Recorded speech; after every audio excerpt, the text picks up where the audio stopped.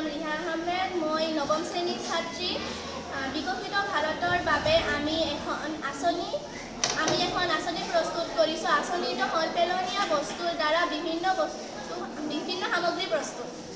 আমাৰ ঘৰুৱা বস্তুবোৰ যেনে পানীৰ বটল, কাগজ, বিভিন্ন ধৰণৰ টেমা,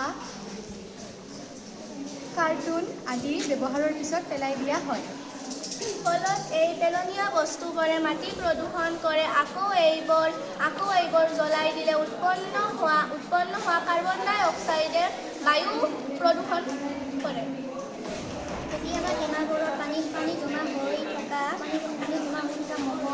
মহৰ জমা হয় আৰু মহৰৰ কামোৰৰ পৰা নানা ধৰণৰ বেমাৰ আজাৰ দেখা দিয়ে। এই ধৰণৰ প্ৰদূষণ আৰু সমস্যাবোৰ দূৰ কৰাৰ বাবে পেলনীয়া সামগ্ৰীবোৰ আমি পুনৰ ব্যৱহাৰ কৰিব লাগে। পেলনীয়া বস্তুবোৰৰ দ্বাৰা এনেদৰে আমি ঘৰ সজোৱা সামগ্ৰী, মছলা খোৱা সামগ্ৰী আদি প্ৰস্তুত কৰিব পাৰোঁ।